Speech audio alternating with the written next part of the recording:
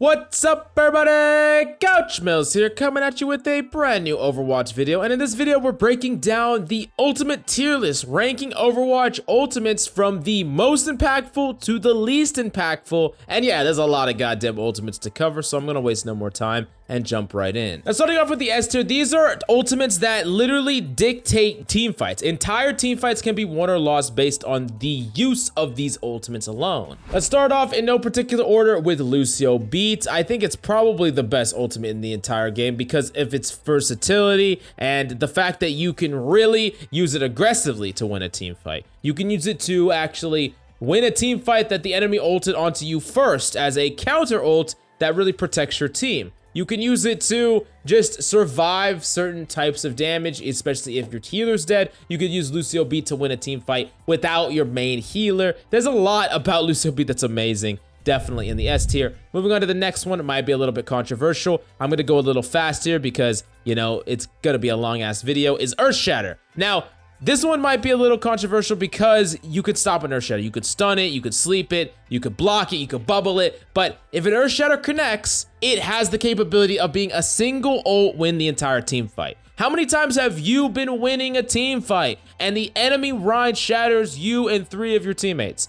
Yeah, it's happened, and it just wins the team fight just like that. And that is why it's so damn powerful. Now, I'm not saying it's easy to set up, and I'm not saying that it can't get stopped. I'm just saying that if you do execute it, you pull it off, even a 3-man shatter, even a 2-man shatter, that can be enough to win an entire team fight. And there's not a lot of ultimates that are just guaranteed to win a team fight if it connects like that. Speaking of connecting, EMP's in the S tier. Shuts off all abilities, shuts off all ultimates.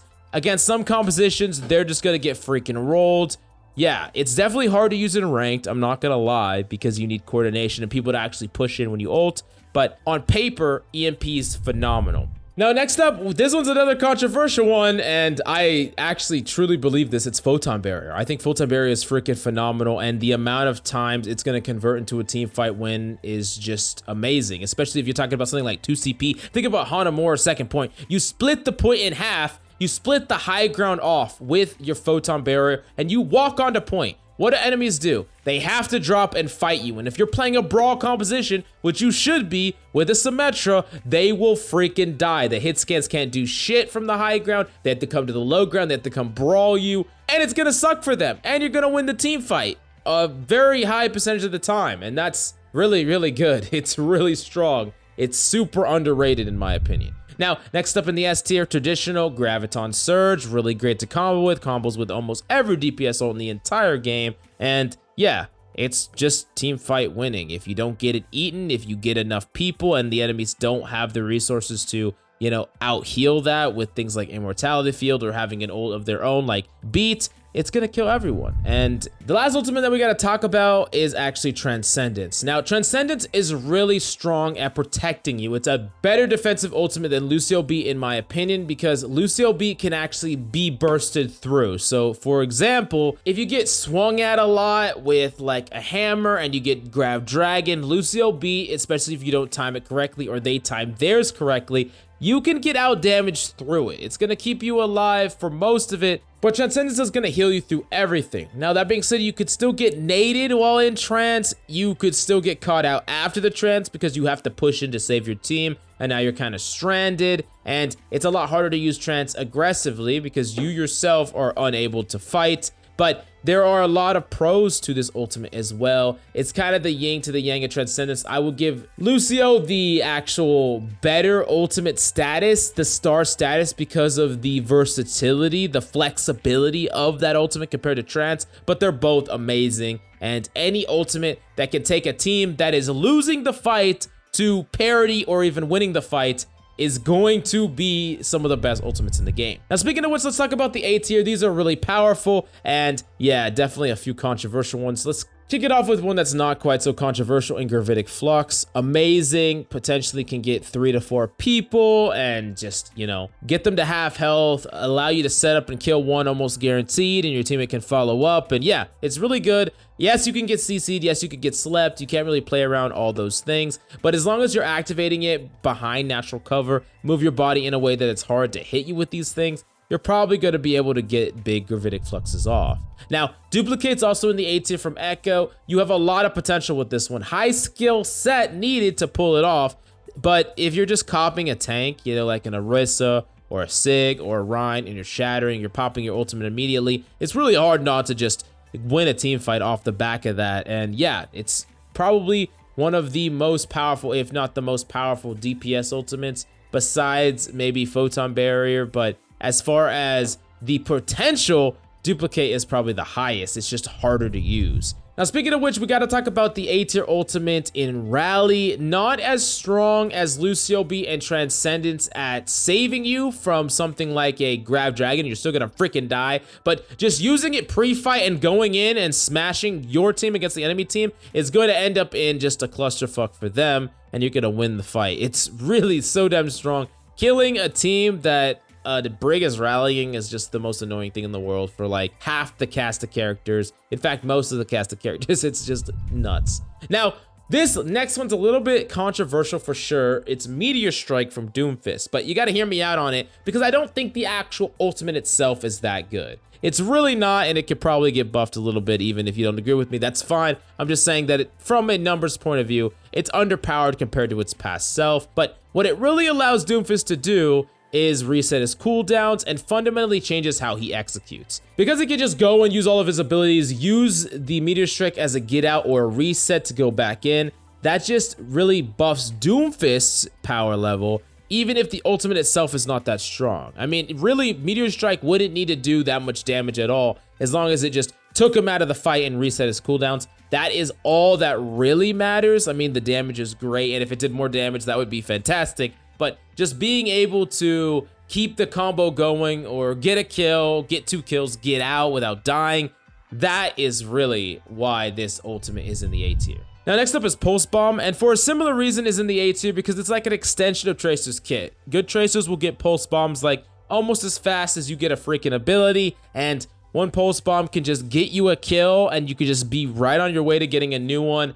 It is so damn good in the right hands. Definitely a top tier ultimate. Now, the last ultimate in the A tier is actually going to be a little bit interesting for some of you. It's Riptire, and Riptire is in the A tier because Riptire, if used correctly, is like guaranteed kills, and there are not a lot of ultimates that are guaranteed to get you kills and numbers advantage, but Riptire is pretty close, especially if the enemy doesn't have hit scan. And even if they do, as long as you avoid the large or open line of sight, you're gonna have more successful Riptires overall. Realistically, you should be using the cover to make sure that you are only showing enemies the Riptire like right as it is exploding and getting multiple kills. Now, let's talk about the B tier. I'm gonna pick up the pace because there's a lot in B tier. Primal Rage, really good, is gonna be very skill dependent, is gonna be map dependent depending on how much value, and against some compositions you get no value. So even though it really can add to Winston as a character and just create huge plays, it's not guaranteed by any means, and it's going to change based on a number of different factors. Sights is really great because as a Widow player, you're going to be able to use it a lot. I mean, you're just going to be able to win the Widow 1v1 or zone them away, get free kills on enemies,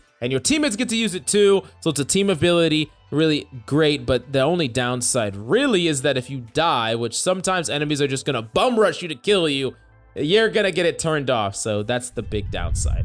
B tier also is Blizzard and Hammond Mines. Both of these, I'm gonna talk about them at the same time because they're basically zoning ultimates. Blizzard and Mines, if enemies wanna fight on point, they're gonna get caught up by them and probably die. So it typically forces enemies away from where you want. So you can do things like push the objective and use your Hammond Mines or use your Blizzard. And if enemies wanna come fight you on the objective, they're gonna get fucked, and if they don't, you're gonna get free value like a tick on the point. So that's what these are for. Next up is Valk. Valk is really good, honestly. Gives you so much options, and you're just impossible to kill, for one. You can really pocket people, damage boost something like a blade. You could heal up your team collectively, and it's really nice being able to like joint heal people. And I mean, it's just amazing. It's like really probably one of the best aggressive ultimates for a team ultimate. Unlike something like Bongo, which we'll talk about in a second, you can move with your team.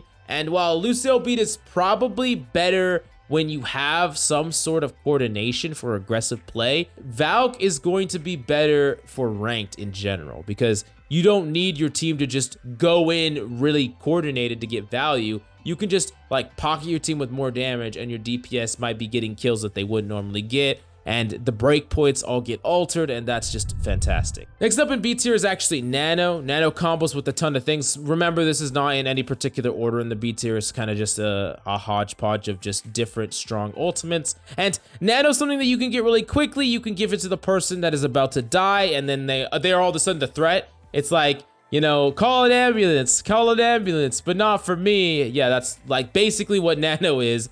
That, okay. But yeah, no, it's really good. It combos, it heals, it sustains. There's a lot to like about it, and it's definitely a B tier ultimate. Next up is Bob. Bob can contest. Bob can hug you at night. Bob can, you know, really put pressure on a point, put point presence, help in a team fight. There's a lot about Bob that's really good, and for an ultimate that really doesn't take that much skill to do, actually no skill, it really packs a lot of value on the table. Speaking of value, Coalescence is a good ultimate for pushing in with your team. You can heal up your team, you can beam people, track people through the air, you can kill a far with a Coalescence. Now, as far as support ultimates are concerned, definitely really, really weak. I mean, it might be a little bit stronger than Nano, but it's not by much. A lot weaker than all of the other powerful support ultimates when we're comparing it to like Rally, Trance, and Beat, but it still can get a lot of value, and it's still powerful. Last up in B tier is Bongo.